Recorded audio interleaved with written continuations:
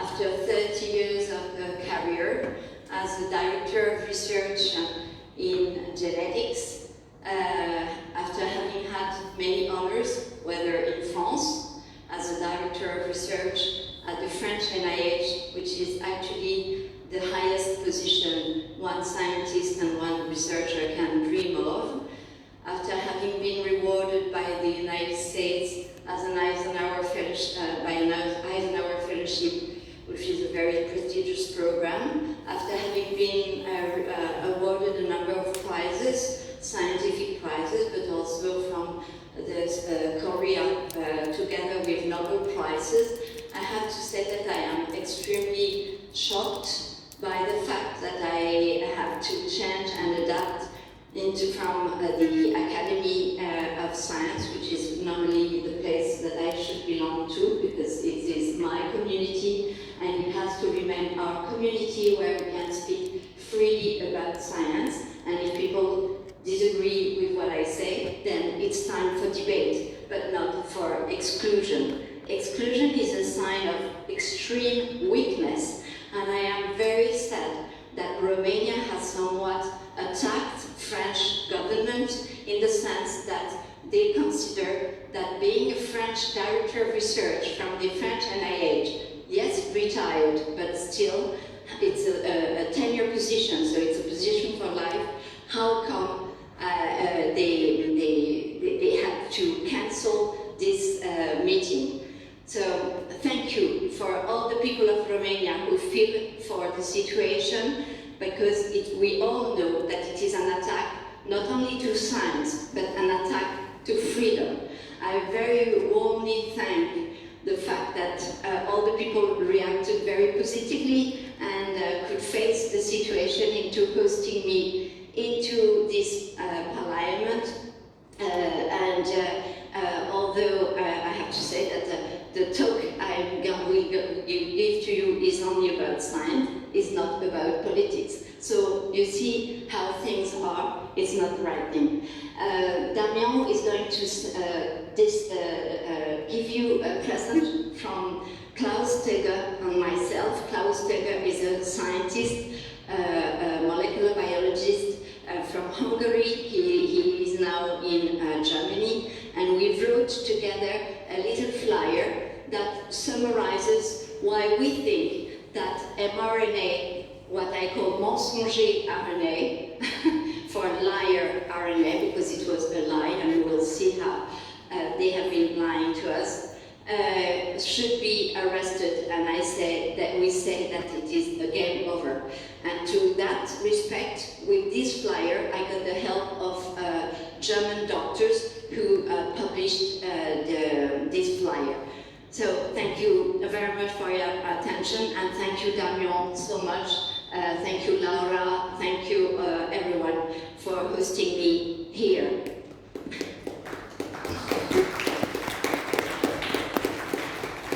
Of course, what else than starting with UNESCO? I would dare saying it in Romanian. Please apologize for my poor pronunciation. Rațiunea e nebunia omului tare.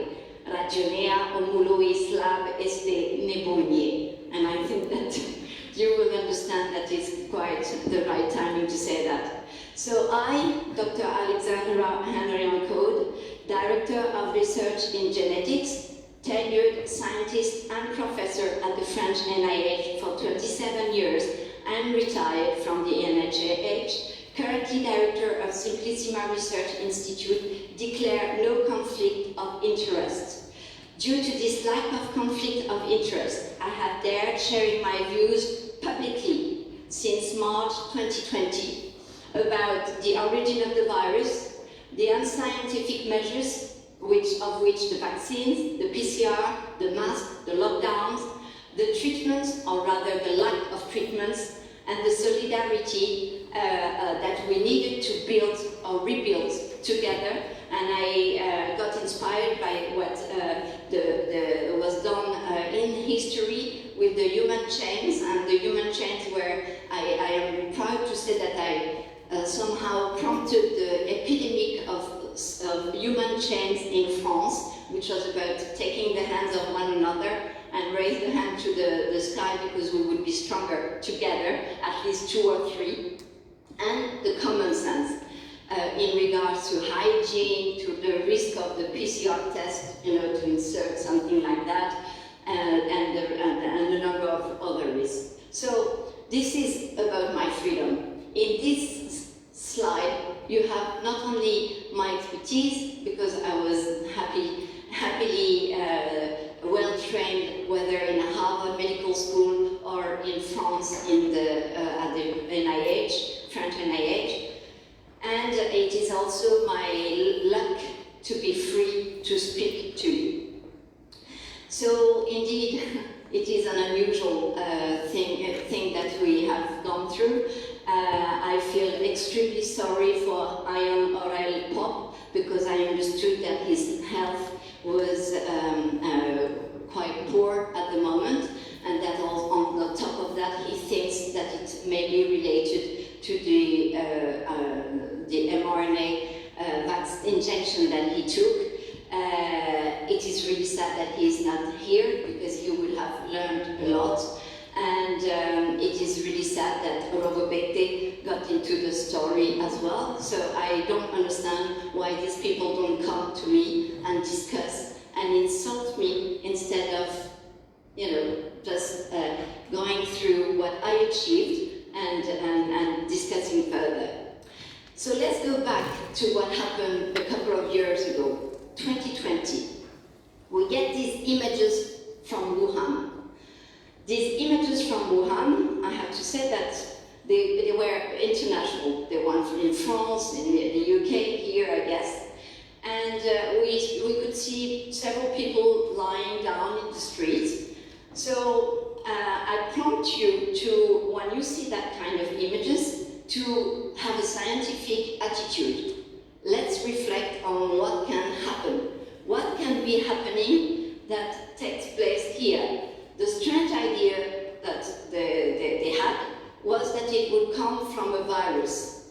Why is it strange? Because when you are sick, when you feel sick, you normally don't go out, not to the stage that you're so weak that you're going to fall down dead in the street a couple of minutes after.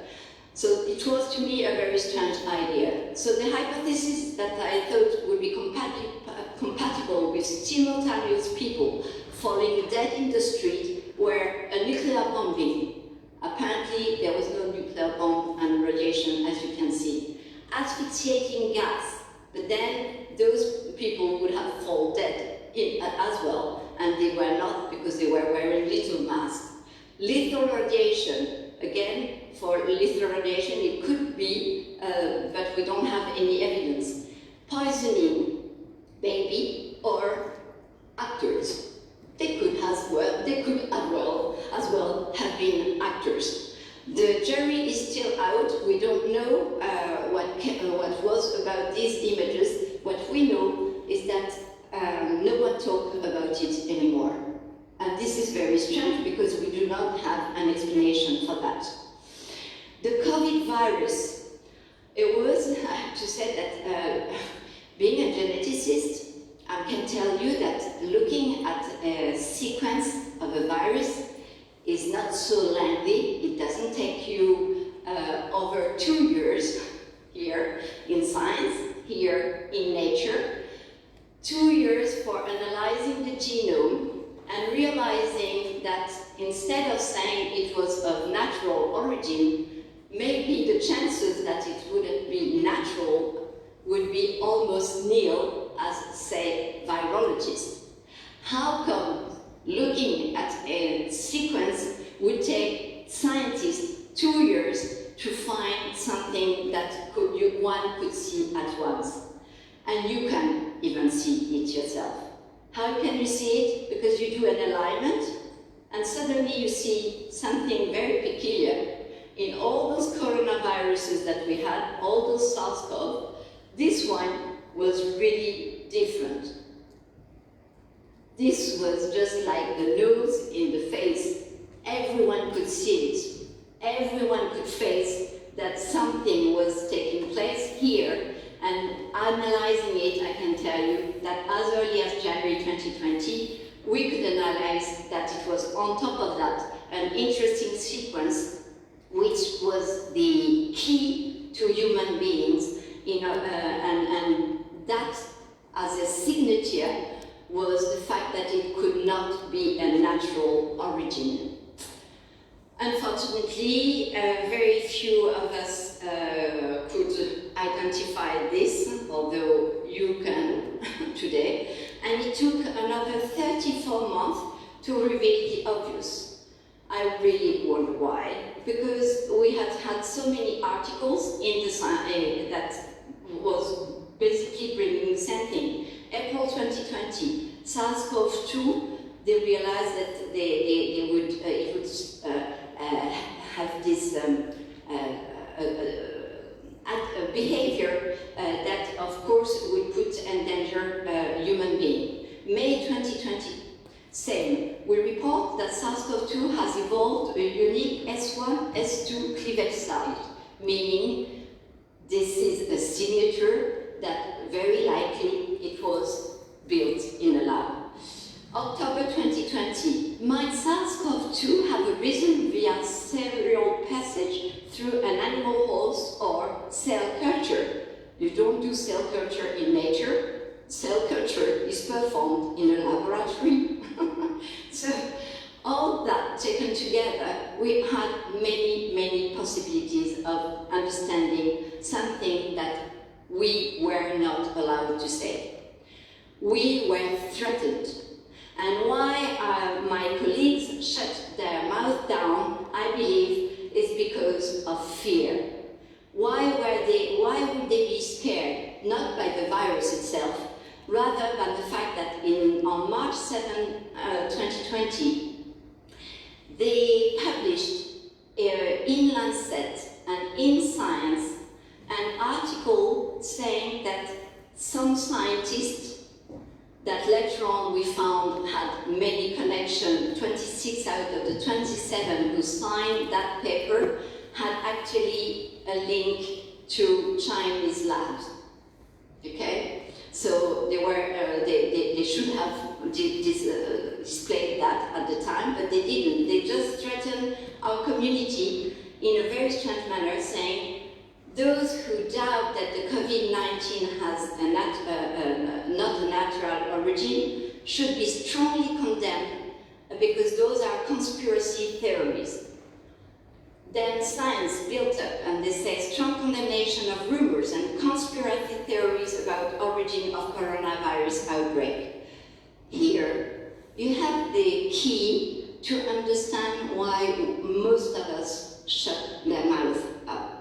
And it is very sad, and it's actually going on and on and on, and it has to stop. So I just hope that my colleagues would be strong enough as to say, hey, I didn't dare saying at that time that the virus was very likely of human origin. Let me be strong enough today as to go and say all the lies that we have been told. One other lie was about this pandemic, okay? So the condemnation of the scientists was on March 7th. A couple of days later, the WHO declares COVID-19 as a pandemic. Okay, this declaration of a pandemic was the justification. What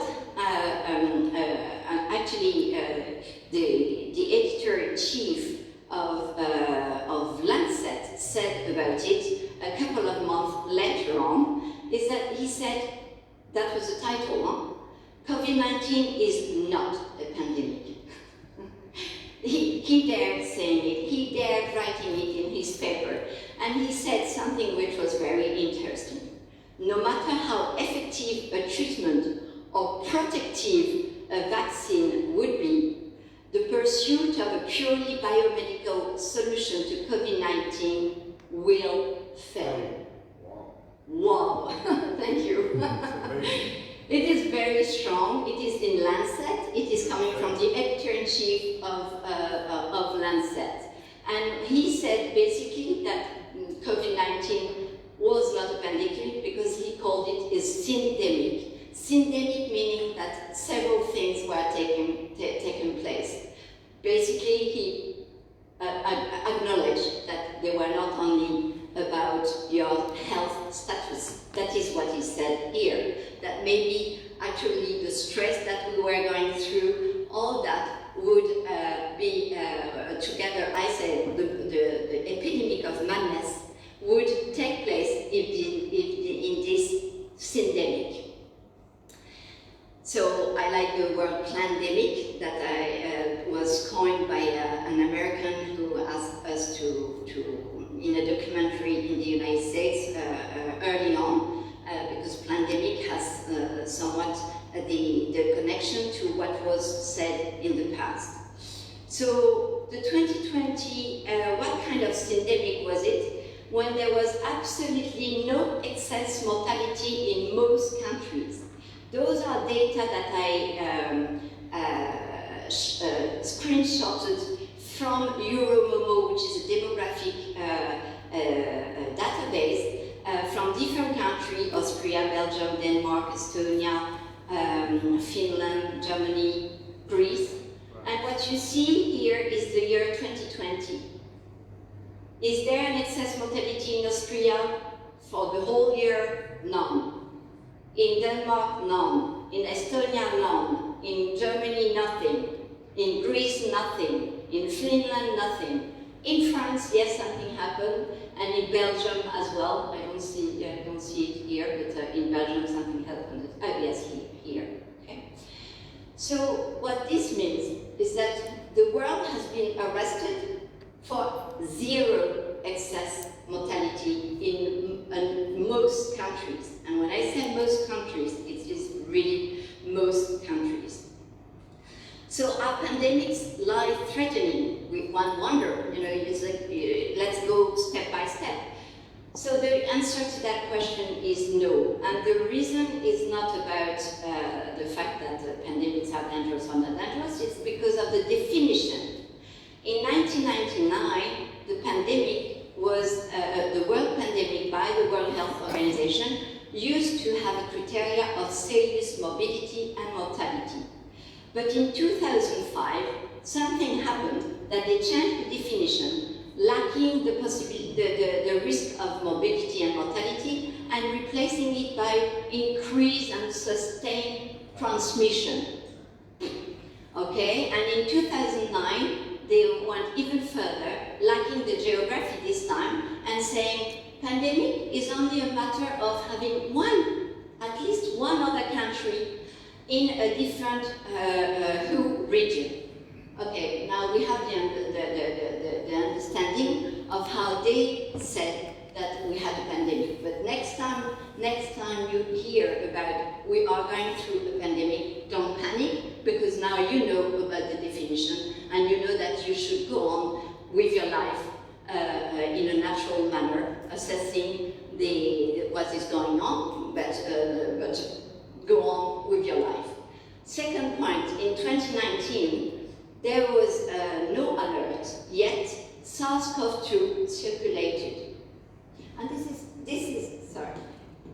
this is also very important, obviously, because nobody knew that in 2019, this SARS-CoV-2, so dangerous, was circulating in Barcelona, in Italy, in France, in Brazil, in the United States. And those articles coming from different teams, different countries, assessed the situation in a different manner, whether in the West Edge, in the West Quarter, through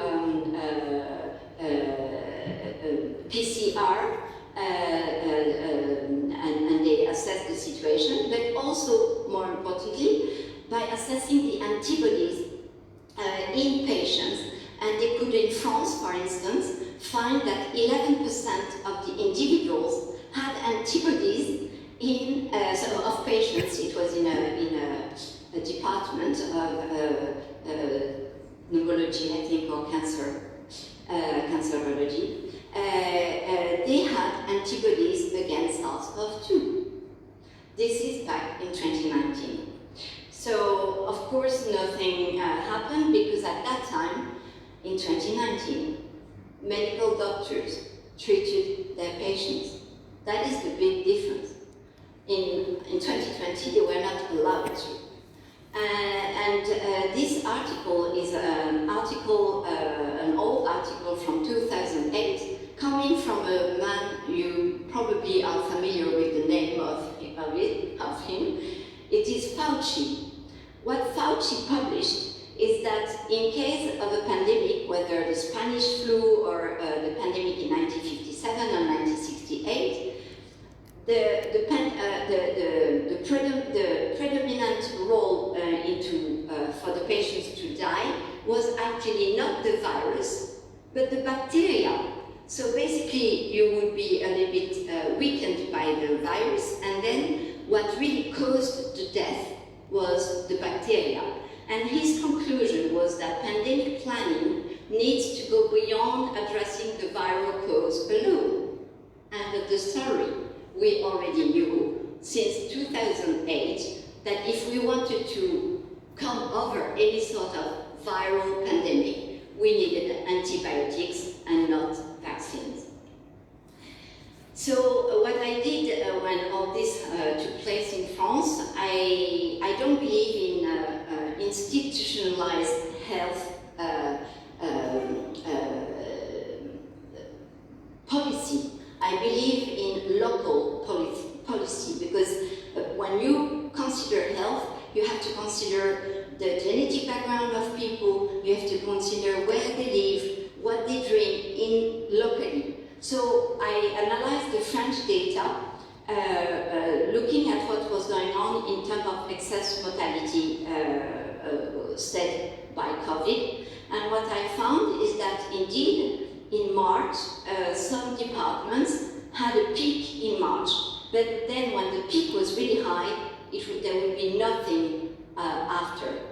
When they had a little peak, very weak in March, then they would have a secondary peak in winter. And when they had almost no peak at all in March, then there will be some catch-over in the winter. What those three graphs means is that immunity, natural immunity, worked. But unfortunately, I was not supposed to say that, and that article I could never publish, because obviously it was somewhat of a piece of evidence that natural immunity worked. About the COVID-19 disease, I did something very wrong as well, which was actually at the time that the CDC would tell us the COVID-19 is about moderate fever and cough. I say, and people were locked down, remember? So they were all packed together. And I said, there are more symptoms that are described, whether ophthalmology, dermatologist, ear, nose, throat, and than the ones that you classically describe. And people should be aware because maybe they're gonna, contaminate one another, and they don't even know that they have their eyes. It's not allergy; it's because of COVID-19. So this is just to show you how predictions were dreadful.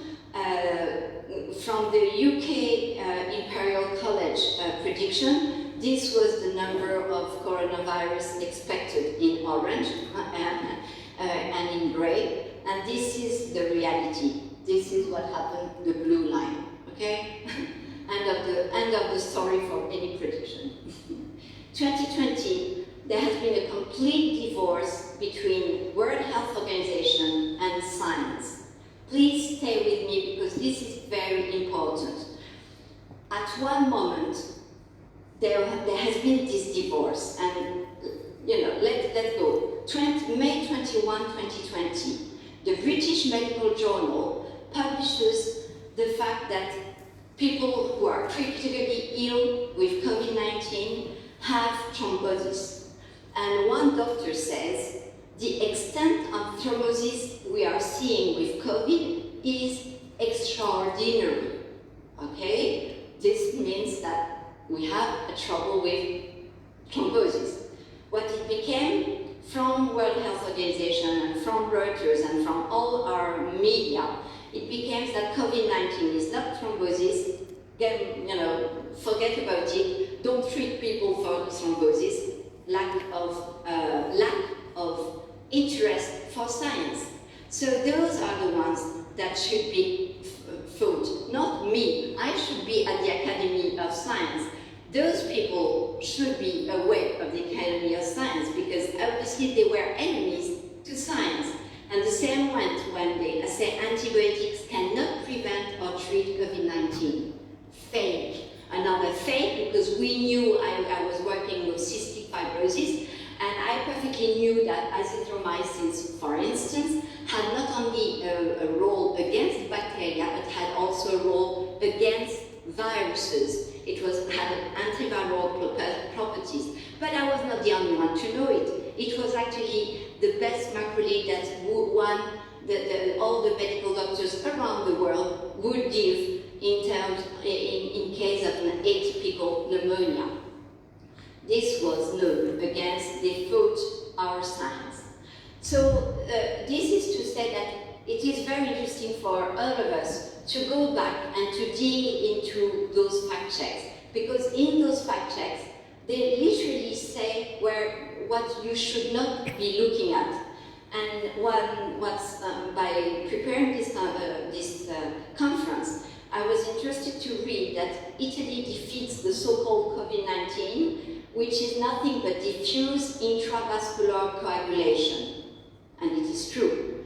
We've known that so many people died from this diffuse intravascular coagulation.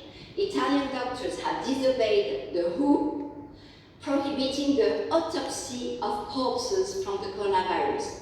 How can the WHO prohibit the autopsy of an unknown disease? This is against the enemy of science. This is against the enemy of medicine. It is against it is being the enemy of knowledge and of hope for people to recover. Basically, they said that they have discovered that it is not a virus, but it was a bacteria that caused the death and the formation of blood clots. How surprising, given all the science that we had in the past. You see how the science can be very consistent sometimes when you listen to it. And in fact, what we really found is that basically every single drug you would use would work on COVID. The only one that really did not work and that would increase the risk is the one that you were said to take, the acetaminophen. I don't know if you got the paracetamol, okay? So this one was known to increase the risk, and it was actually said not to be given to all people, but too late, obviously. But whether from zinc to exercise, to probiotics, to diet, to quercetin, to, you name it, you have antihistamines. Basically, you would do something to treat yourself, you would have more chances.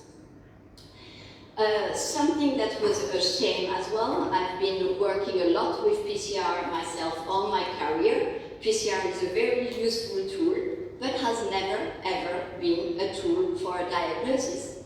On top of that, I tried myself to develop the PCR test at first, because I was just like, okay, that's interesting, maybe it will be a help in the diagnosis.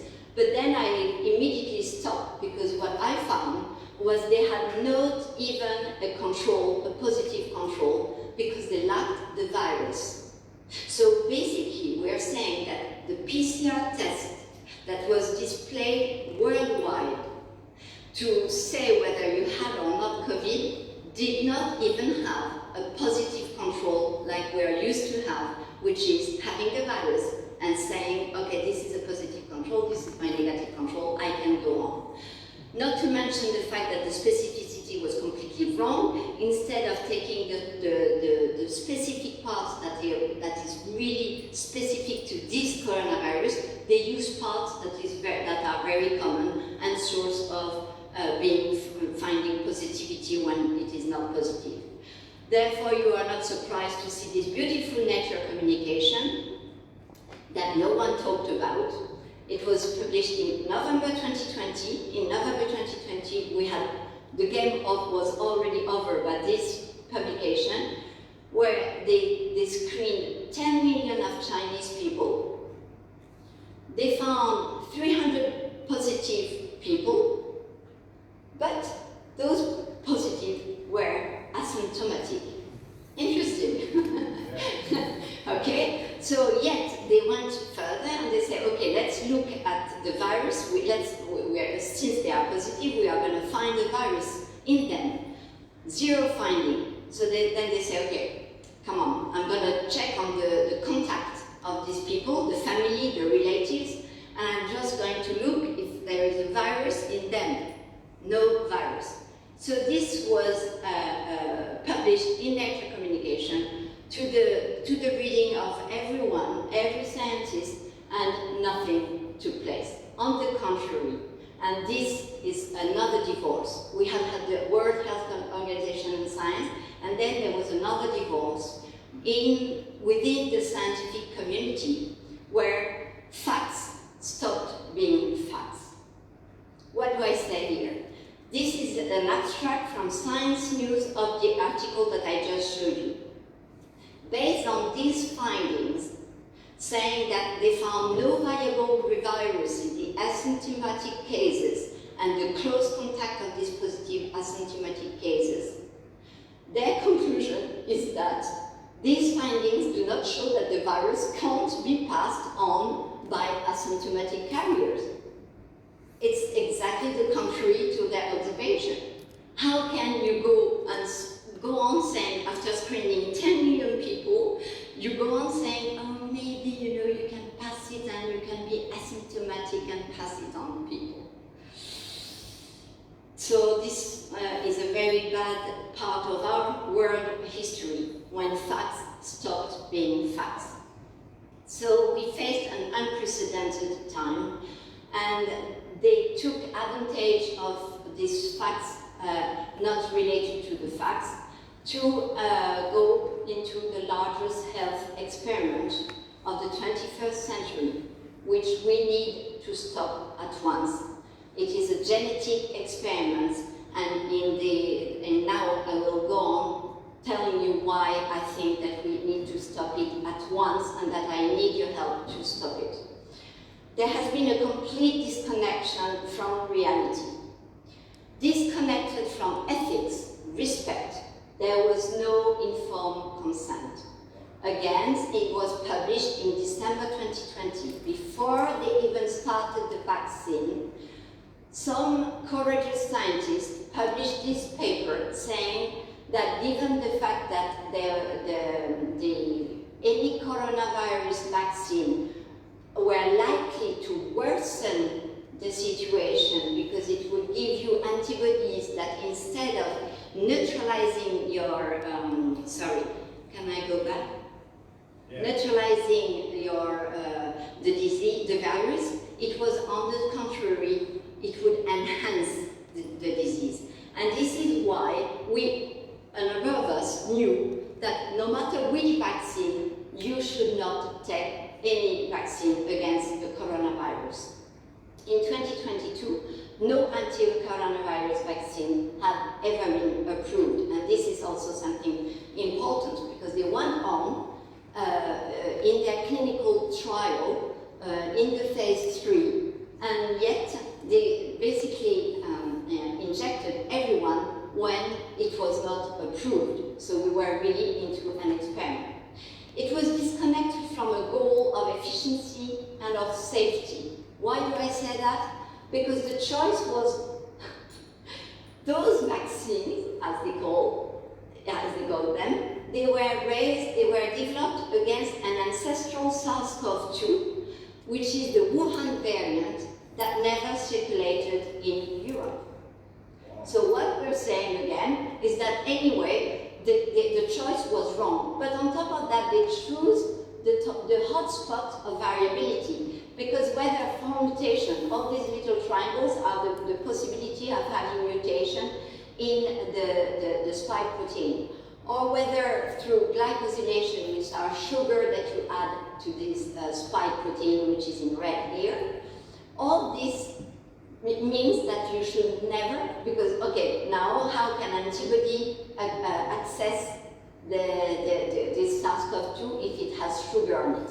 So basically they chose some part of the virus which anyhow would never have worked and would be completely inefficient. Now about safety, we already knew, so you just take a little fish, a zebrafish, and you give this poor little zebrafish some fragments of SARS-CoV-2 protein, of the spike protein, and unfortunately your zebrafish becomes extremely sick from all its organs and eventually die. So we knew about the fact that it was the wrong idea. There had been a complete disconnection from immunity status, and typically they would take 52,000 employees, 9% were previously infected, 71% were vaccinated, and the conclusion that was that both previous infection and vaccination provide substantial protection against COVID-19. Vaccination of previously infected individuals does not provide additional protection against COVID for several months. So we should have done what Damien is used to do whenever you have a disease, or just check about the immunity of the people. And on top of that, we knew that group O of blood group O, for instance, would be protected from COVID.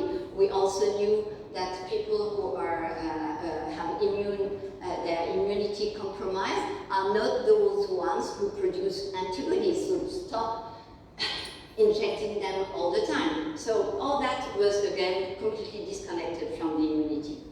Complete disconnection from adverse events. And that was known in 2021. In 1 year, using the World Health Organization database, there were already 10 times more adverse effects than the cumulative adverse effect of the flu vaccine over 50 years. In 1 year, as compared to 50 years, so the game should have been over. On top of that, you add that the VARS US database, more than half of the deaths reported over 30 years. So you take the database, you take 30 years, and you look, half of those deaths are due to COVID-19 vaccine. Once again, we should have stopped.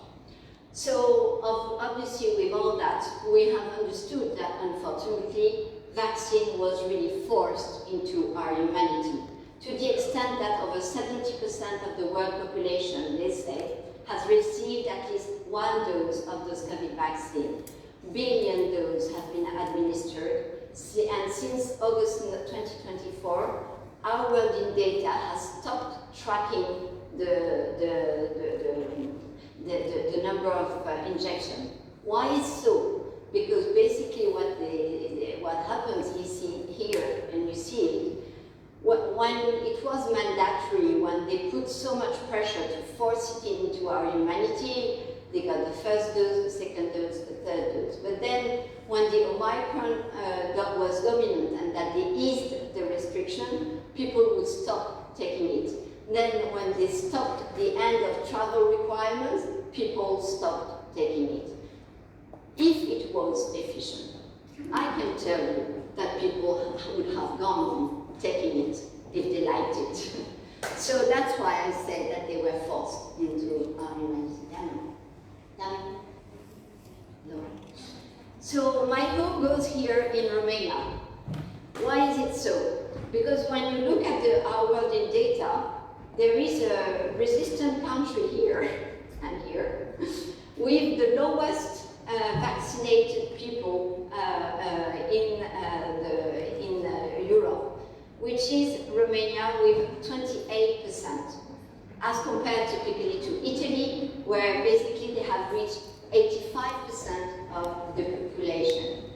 I don't know whether it's true or not, this 28%, because it is likely, when you look at the data, that they have ceased reporting to our world in data, because maybe Romania was ashamed, but they should have been proud, because they couldn't really push and reach the kind of numbers that they had in other countries. So I'm very, very glad to be here in Romania, because I want to congratulate the people of Romania for having been different from their little neighbors around. So my answer to all those facts that were not looked at facts is knowledge to all. This is my proposed antidote against the genetic raping that we have gone through. And this is why I wrote this book, is really to share my knowledge at a level that everyone could understand it. I do the commercial of my book in a very natural manner, because not only I know that once you've read the book, you are definitely vaccinated for the rest of your life, just by reading. No needles, no nothing, no mRNA, no nothing. So this is one good thing. And the other thing is that I gave all the money I got from the sending of this book.